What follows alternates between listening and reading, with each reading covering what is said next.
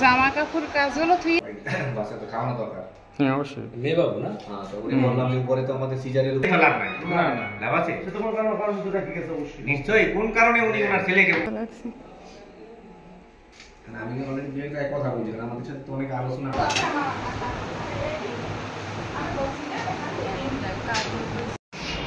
এ সাহিল জুবলিল্লাহ এই কথা আছে আমি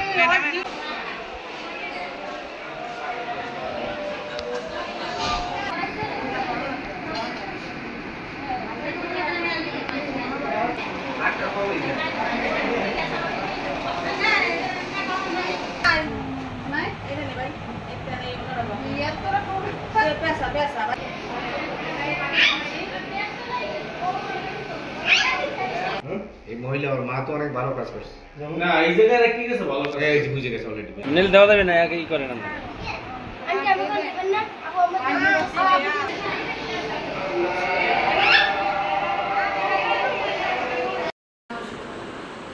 এই যে বাবা কোথায় আসলে ঘুমাইতেছে তো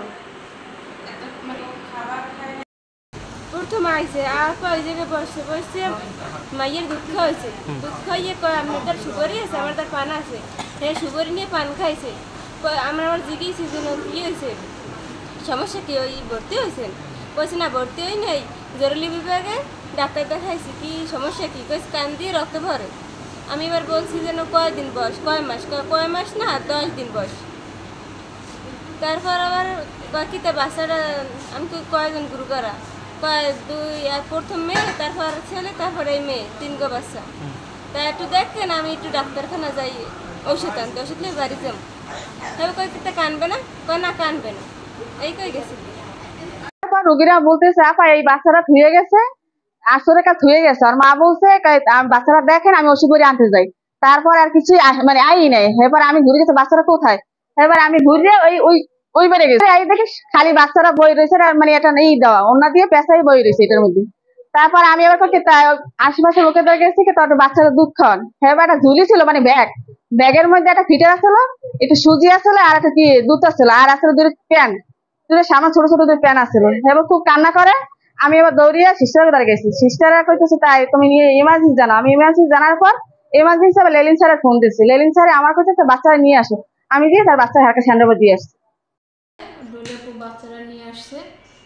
তারপরে স্যারের কাছে নিয়ে আসার পরে তারপর ওর দায়িত্ব দিয়েছে যে আসলে বাচ্চাটা রাখো তোমার কাছে তারপরে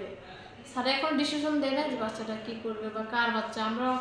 খোঁজ নিতেছি যে কার বাচ্চা তাকে দেওয়ার জন্য এখনও পাইতেছি না যে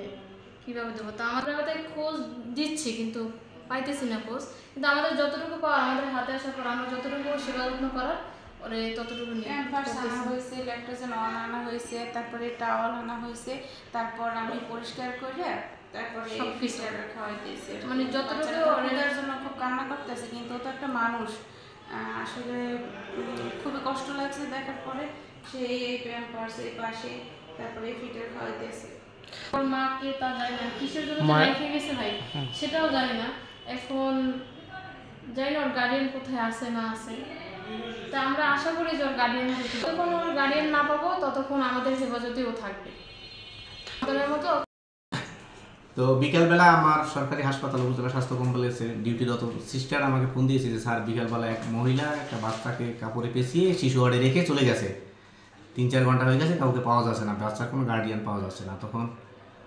মানে এরা আরও খোঁজাখুঁজি করেছে কিন্তু কাউকেই পাওয়া যাচ্ছে না তো একটা পর্যায়ে আমি বললাম যে তাহলে বাচ্চার কী অবস্থা বলে যে বাচ্চা তো সারাদিন মনে হয় খাওয়া দাওয়া হয় না একটু খারাপ অবস্থা আমি বললাম যে ঠিক আছে তাহলে বাচ্চাটাকে নিয়ে আমাদের হাসপাতালে একজন স্টাফ দিয়ে আমার কাছে পাঠান এই জায়গাতে ডেলিভারি রুগী আছে তাদের মাধ্যমে থেকে খাওয়া দাওয়ার ব্যবস্থা করা যায় কিনা পরে সিস্টার একটু পরে পাঠিয়ে দিয়েছে পাঠিয়ে দেওয়ার পরে আমি এই জায়গাতে ডেলিভারি রুগী যে আছে তাদের মাধ্যমে একটু খাওয়ার ব্যবস্থা করেছি পরবর্তীতে আমি মানে ফিডার এগুলো হয়েছে এগুলো মানে আমার ব্যবস্থাপনায় হয়েছে প্লাস হলো যে ল্যাকটোজেন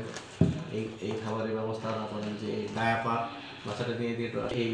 এই টাওয়ালের ব্যবস্থা মানে এমার্জেন্সি সার্ভিসটা দেওয়া হয়েছে বাচ্চা মানে খাওয়া দাওয়া করেছে এর মধ্যে ভালো আছে তো এখন রাতে রাখার ব্যাপারে আমি ওসি সাহেবের সাথে কথা বলেছি সে বলেছে যে স্যার আমরাও তো এই জায়গাতে এই মুহূর্তে আমার নলেজে থাকলো, কিন্তু এই মুহূর্তে এনে থানায় রেখে বাচ্চাকে খাওয়াবে কে বা কীভাবে মানে করবো। আমরা বিভিন্ন জায়গায় ইনফরমেশন দিচ্ছি, সমাজসেবা অধিদপ্তরেও জানানোর ব্যবস্থা হচ্ছে বা কিছু যারা ডিউটিতে আছে জায়গাতে। তো সেক্ষেত্রে কেউ যদি নিতে চায় সে চায়, অথবা কোথায় আইনের দৃষ্টিকোণ থেকে দেওয়ার সুযোগ থাকে সেভাবে আমরা দিব। তো রাত্রটা আপনি যেভাবে একটু রাখেন আপনার দায়িত্বে। তো এই মুহূর্তের মধ্যে রেখেছি। আমার এখন প্ল্যান হলো বাচ্চাটা আমাদের সরকারি হসপিটালে যে সিস্টার এই মধ্যে ডিউটিতে আছে তাকে হ্যান্ড ওভার দিব, শিশু ওয়ার্ডেই থাকবে, দেখে একটু করে যাবো, গিয়ে রাত্রে ওই জায়গায় থাকবো, তারপর সকালবেলা আবার পরবর্তী